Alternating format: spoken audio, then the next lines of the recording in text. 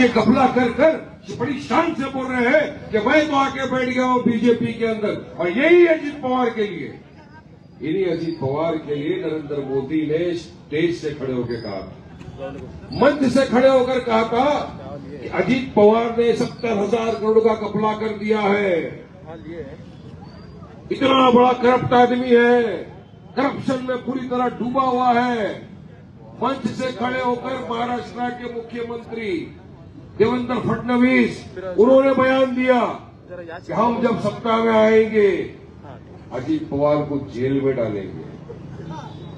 इन jail Ajit Pawar doing chakki पिसिंग। बोला था ना चक्की पिसिंग एंड पिसिंग एंड पिसिंग।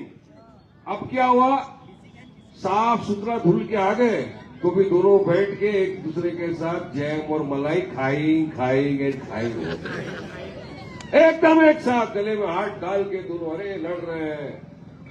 पूरा पैसों का नंगा नाच खेला जा रहा है। वो 70,000 करोड़ जो दिए है वही मेरे को समझ में आ रहा है, मुझे पता चला है कि यहाँ बट रहा है। मगर याद रखो, ये अपनी खून पसीने का पैसा है। अगर कोई आता है ना लेके, ना नहीं बोलना, ले लेने का अपना ही है, लेने का वहां से, देने का पतंग को, दबा देने का पतंग को। धोखेबाजों को जवाब देना अगर है, ये मौका है अगर वाकई में आप चाहते हो कि सोलापुर के अंदर विकास हो इस वार्ड का, तो देखिए यहाँ पर उम्मीदवार साहब बैठे हुए हैं, हमारे कॉर्पोरेटर थे, इन्होंने भी आपके सामने बताया कि कितना काम किया है और आगे कितना काम करना बाकी है। पूरा ब्लूप्रिंट है इनके पास, किस तरह से ये काम को अंजाम देंगे। लेकिन इस काम को अगर अंजाम देना है और यहाँ का विकास करना है, तो आपके साथ के बिना, आपके समर्थन के बिना मुमकिन नहीं। ये मुमकिन नहीं अगर आपने साथ नहीं दिया तो।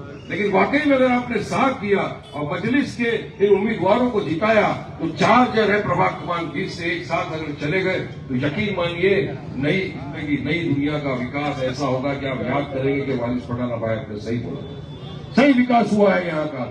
लेकिन आपको कहीं होना पड़ेगा, एक प्लेटफॉर्म पे आना पड़ेगा, इतिहास पैदा करना पड़ेगा, अपनी सफों में जो दरार है उसको खत्म करना पड़ेगा। ये सफों में जब आप दरार खत्म करेंगे तो यकीन मानिए आपके दिल से आप वोट देंगे और जिताएंगे।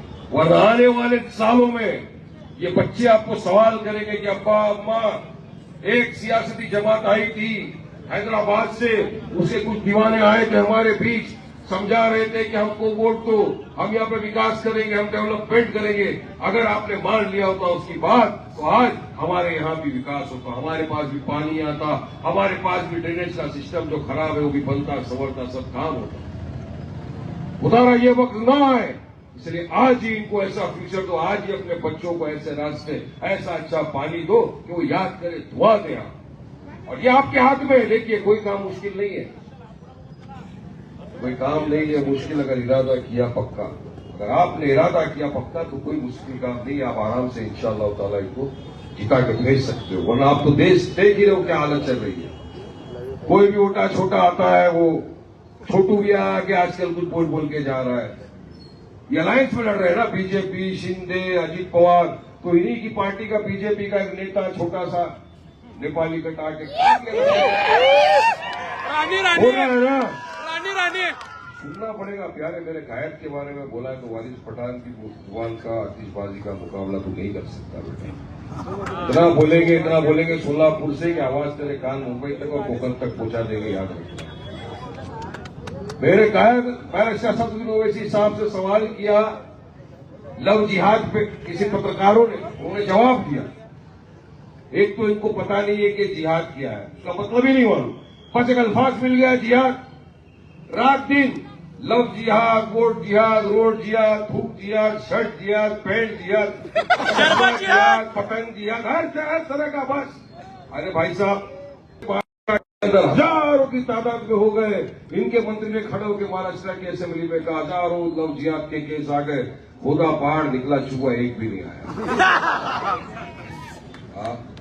देखो यार, अगर एक इंसान 18, 19, 20 साल का जो होता है ना, तो संवैधानिक तौर से, कानूनी तौर से उसको अधिकार है अपनी मनपसंद से शादी करे।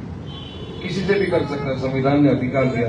अब क्या अभी अपन प्यार भी इनको पूछ के करेंगे क्या? भाई भाई मैं जाऊं उससे प्यार करने? अरे भाई मैं क्या शादी कर लूं क्या इसके साथ? ये क्या बेवकूफी है? अपने सब पूछ के जाएंगे क्या? कर लेंगे बिंदास, दिल की बात है, दिमाग से थोड़ी सोचता है। पठाना में डायरेक्ट दिल से 1 to 1 फाइनल। इधर दिल लग गया उधर तो शादी कर ही डालते। अलाउड है ना? अगर ये लोग जिहाद